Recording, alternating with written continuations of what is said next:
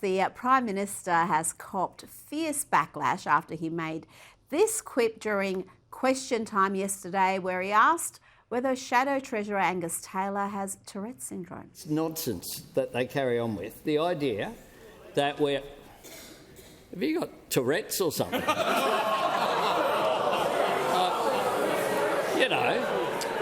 You just sit there, babble. Order. I withdraw, Mr Speaker. I withdraw. Yeah. I withdraw and apologise. As you heard, he realised his mistake almost instantly, but check out the reaction of his colleagues, Minister for Youth Anne Ali, and well, she had to stop herself from laughing. She knew she wasn't supposed to be laughing. While Deputy PM Richard Marles, he didn't know where to look. He was just wanting to be somewhere else.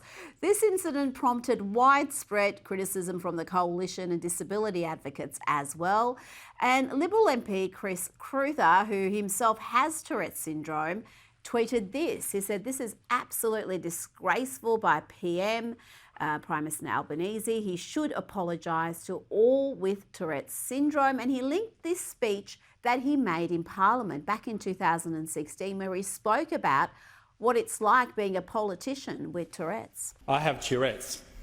Tourette's syndrome is a neurological disorder. It consists of vocal and motor tics, that is, rapid, repetitive and involuntary muscle movements. For example, eye blinking, head jerking, repetitive limb movements and throat clearing. They are irresistible and eventually must be performed. Tourette's is often misportrayed by the media as being swearing or coprolalia, but this is experienced by only a small subset of those affected. Now, it must be noted the PM has apologised again. I made comments that were unkind and hurtful.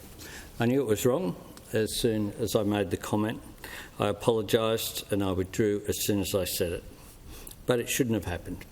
Let's bring in Sky News contributor Gary Hardgrave. Gary, how do you see this saga? The Prime Minister's apologised more than once. I don't know if he's just getting frustrated and he's lashing out, he's not thinking things through. But do you think the reaction has been perhaps a little bit over the top as well?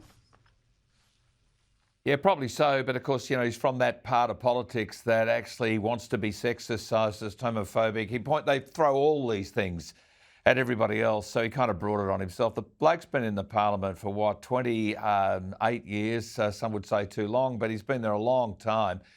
We were both elected on the same day in 1996. So I've been out a lot longer than I was in. But, he really should know better. But he practices this kind of thought police approach to things. So he's just left himself vulnerable. And look, yeah, the reaction's gone a bit OTT, but good on Chris Cruther. I did not know about that speech till you've just shown us.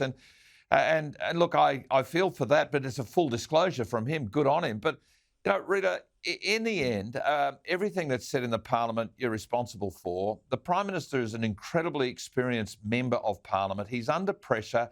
He does not know which way to jump on just about every issue. And he decides to think that by picking on somebody and throwing in a certain disability, that's a funny way of acting. It's really not good enough. So that part I get. But can we just move on now? I'd like him actually to take some value-based judgments about a couple of the really big issues in our society right now, how his government is destroying a lot of people with and without Tourette's when it comes to the economic management, our power prices, the whole moral issue associated with which side to be on in the Israeli conflict against, everything. I mean, they're fighting the war for the Western world. This bloke doesn't know where to jump on most things. So understandably, he's going to jump the wrong way on that sort of thing. Just too stupid for words. Now, let's turn our attention to the Queensland election, which is just a couple of weeks away. But judging by this compilation from a local paper, the Brisbane Times, I'm not sure how engaged some Queenslanders are with the coming election. This man is? No. I don't really watch sports.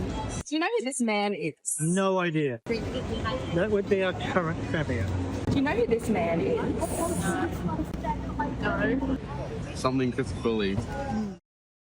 Gary, that was filmed just 22 days before the October 26 election. Does that lack of knowledge among some of your fellow Queenslanders concern you? Look, Queenslanders are pretty clever, Rita, so don't suggest for a moment that somehow or other we're not engaged. Look, actually, we're bored to tears. This is the most boring election campaign I've ever seen. No matter what happens on the 26th of October, a government with a lefty bend is going to be elected. That's just the simple reality. I think people are over it. They don't know what either side stands for. They're mumbling out policies here and slogans there. But there's really just no instinctive kind of plan for the future. And we've got no vision about where Queensland is going to be a generation from now. And there's no excitement. I've seen change of government elections.